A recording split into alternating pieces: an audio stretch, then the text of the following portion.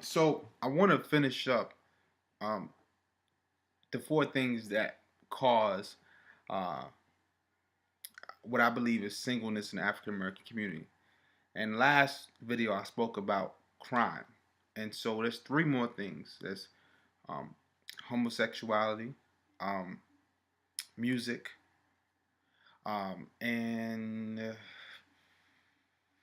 uh, homosexuality, music, and drugs. And real quick, drugs should really be tied into the crime part. I spoke about that, but I'm gonna actually reference an article I was reading today. Well, a story I should say. I was reading about a young man named Keith Jackson in December of 1989.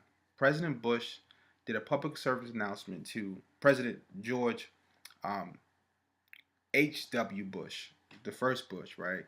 When I was a baby, when I was born in January '89, he did a video. He made a public service announcement showing a bag of crack cocaine. In this bag of crack cocaine, he was referring to a young man that had sold this bag of crack cocaine to a federal DEA agent. And to make a long story short, it was a drugs thing. It was an operation. They try to show how easy it was to sell crack not too far from the White House at Lafayette Park. If anybody's familiar with Washington D.C., Lafayette Park is not far from there.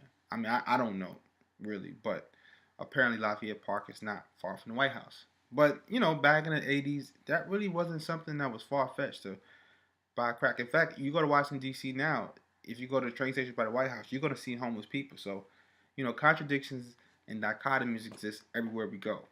But to make a long story short, the war on drugs started back in the probably right after slavery.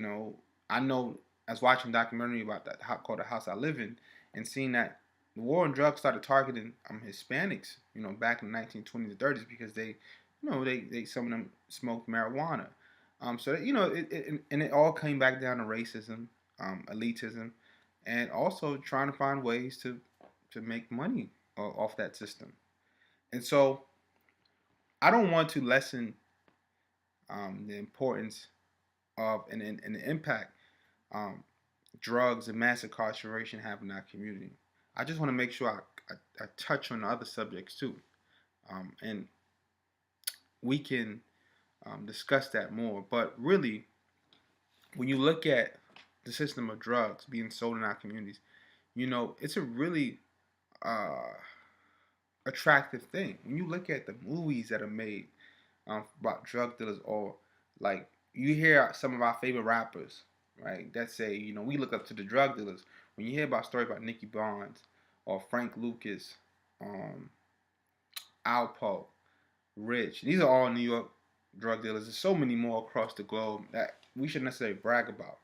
But it was a really appealing lifestyle.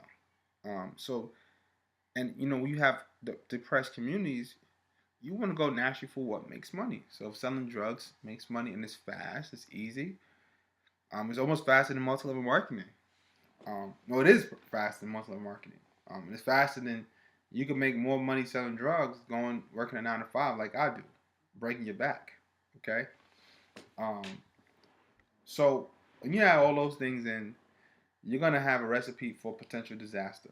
And specifically in our case, in our community, where the music, and I'm touching on the music, somewhat glorifies it, even though the music, you know, they will argue that they're only speaking about what happens in the community. To a certain degree, once you go around trying to show that culture or trying to portray a certain image, you're in a lot of ways just glorifying and you're selling that image, and that's something that I would probably argue with a lot of people who believe in the integrity of art. They say, this is art. This is how I'm painting. Well, I say, and there's no problem with painting it, in my opinion. But when you make it so you can commercialize it, you can commercialize an image like 50 Cent, even Jay-Z, like as if you are a drug dealer, um, that's a rapper. You might be acting like someone else. It's still to me glorifying it. So when you add that aspect, um, in regards to people uh, commercializing it and selling this image. If you're a kid growing up without a father or growing up without proper direction, those images may be very appealing towards you. And for me, I was in high school and I love Cameron and Dipset. You know, now let's just say I wasn't someone who had good parents. I probably could have been trapped in, thought that was cool. Or even the games. I remember when the game first came out, and then Snoop Dogg had that song, "Drop It Like It's High," and he's like, "I keep a blue flag hanging in my backside, but only on the left side." Yeah, that's the. And he mentions the game there. I won't mention it. And like, I remember being back in Mega Up's high school. Like, that was major. Like some of the people I knew was like joining gangs because, yo, Snoop just made it cool. Then the game came out talking about Red, and and that was going on for years before I even was even in school.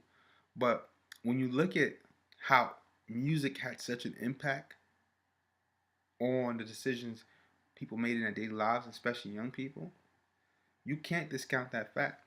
So, depending if you have great music, and it's positive, the culture is going to reflect that.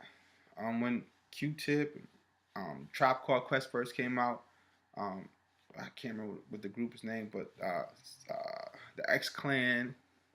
I'm just watching these videos on YouTube, so I can only imagine what kind of influence they had on the culture and mainstream society, and just people, regular people. Everybody doesn't grow up religious, right? I was fortunate to grow up halfway religious, or I'll say 75% religious.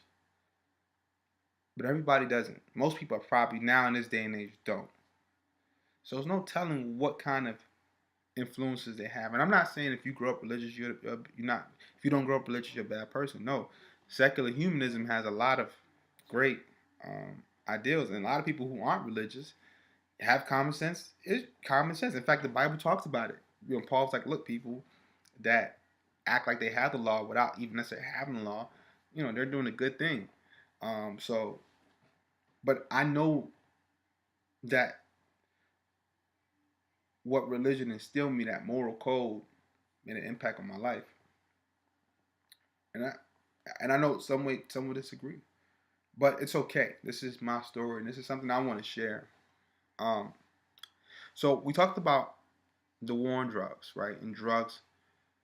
Um, and before we really move on to the last part of this, I want to say that drugs, these crack to powder cocaine synthesis, and something we're gonna have to research and talk about more. I can probably read some articles verbatim so we can discuss it. But when you talk about the crack to powder cocaine disparity, it's something very major, and we can't take for granted.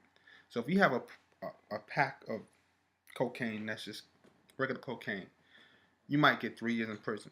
But they made a law where they said if you had crack, which is cooked cocaine, right? You add substances, same product, you might get 15 years, right?